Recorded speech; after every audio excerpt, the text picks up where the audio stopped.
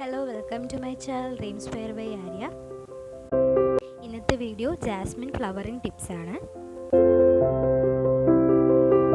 ഞാൻ ഈ വീഡിയോയ്ക്കകത്ത് ഒരുപാട് ഫെർട്ടിലൈസേഴ്സ് ഒന്നും പറഞ്ഞു തരുന്നില്ല. ഞാൻ ചെയ്ത ചെറിയ ചെറിയ കാര്യങ്ങളാണ് ഈ വീഡിയോയിൽ കൂടെ ഞാൻ പറഞ്ഞു തരാൻ ആഗ്രഹിക്കുന്നത്.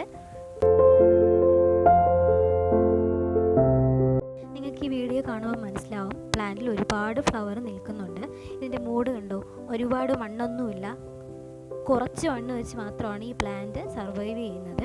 അപ്പോൾ പ്ലാന്റ് നടുമ്പോൾ ശ്രദ്ധിക്കുക, നല്ല വെയിൽ കിട്ടുന്ന സ്ഥലത്തായിരിക്കണം നിങ്ങളുടെ പ്ലാന്റ് നടേണ്ടത്.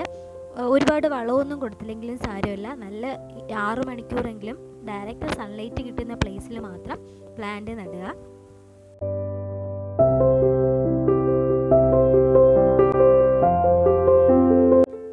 പറഞ്ഞു കേട്ട് നിങ്ങൾ തെറ്റിദ്ധരിക്കേണ്ട, മണ്ണില്ലാത്ത സ്ഥലത്ത് നട്ടതുകൊണ്ട് പൂ വരുന്നു എന്നുള്ളതല്ല. ഈ പ്ലാന്റ് മണ്ണില്ലാത്ത സ്ഥലത്ത് നിന്നുകൊണ്ട് ഇത്രയും ഫ്ലവർ തരുന്നതെന്നാണ് ഞാൻ ഉദ്ദേശിച്ചത്.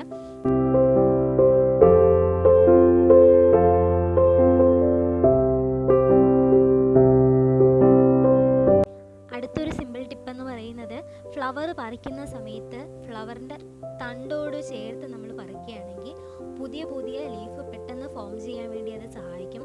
തണ്ട് അതിൽ തന്നെ നിർത്തിയിരിക്കുകയാണെങ്കിൽ അത് കൊഴിഞ്ഞു പോയി പുതിയൊരു ഇല വരാൻ വേണ്ടിയിട്ട് ഒരുപാട് കാലതാമസം എടുത്തേക്കാം. അതുകൊണ്ട് തന്നെ തണ്ടോടുകൂടെ ഇതുപോലെ പറിച്ചെടുക്കുകയാണെങ്കിൽ പെട്ടെന്ന് പുതിയ ഇലകൾ വരാൻ വേണ്ടിയിട്ട് സഹായിക്കും.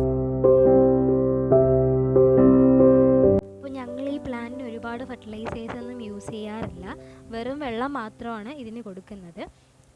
ഒരു സീസണിലെ ഫ്ലവറെല്ലാം ഫുള്ള് കഴിഞ്ഞാൽ നിങ്ങളുടെ ഓൾഡ് ബ്രാഞ്ചസിനെല്ലാം കട്ട് ചെയ്ത് കളയുക. അപ്പോൾ പുതിയ ഇലകൾ പെട്ടെന്ന് അവിടെ വളർന്നു വരും. ഇതൊക്കെ ഏകദേശം കുറേ പേർക്ക് അറിയാവുന്ന കാര്യങ്ങളായിരിക്കും. അറിഞ്ഞുകൂടാത്തവർക്ക് ഹെൽപ്ഫുൾ ആയിട്ടുണ്ടെങ്കിൽ ചാനലൊന്ന് ലൈക്ക് ചെയ്യുക, ഷെയർ ചെയ്യുക, സപ്പോർട്ട് ചെയ്യുക.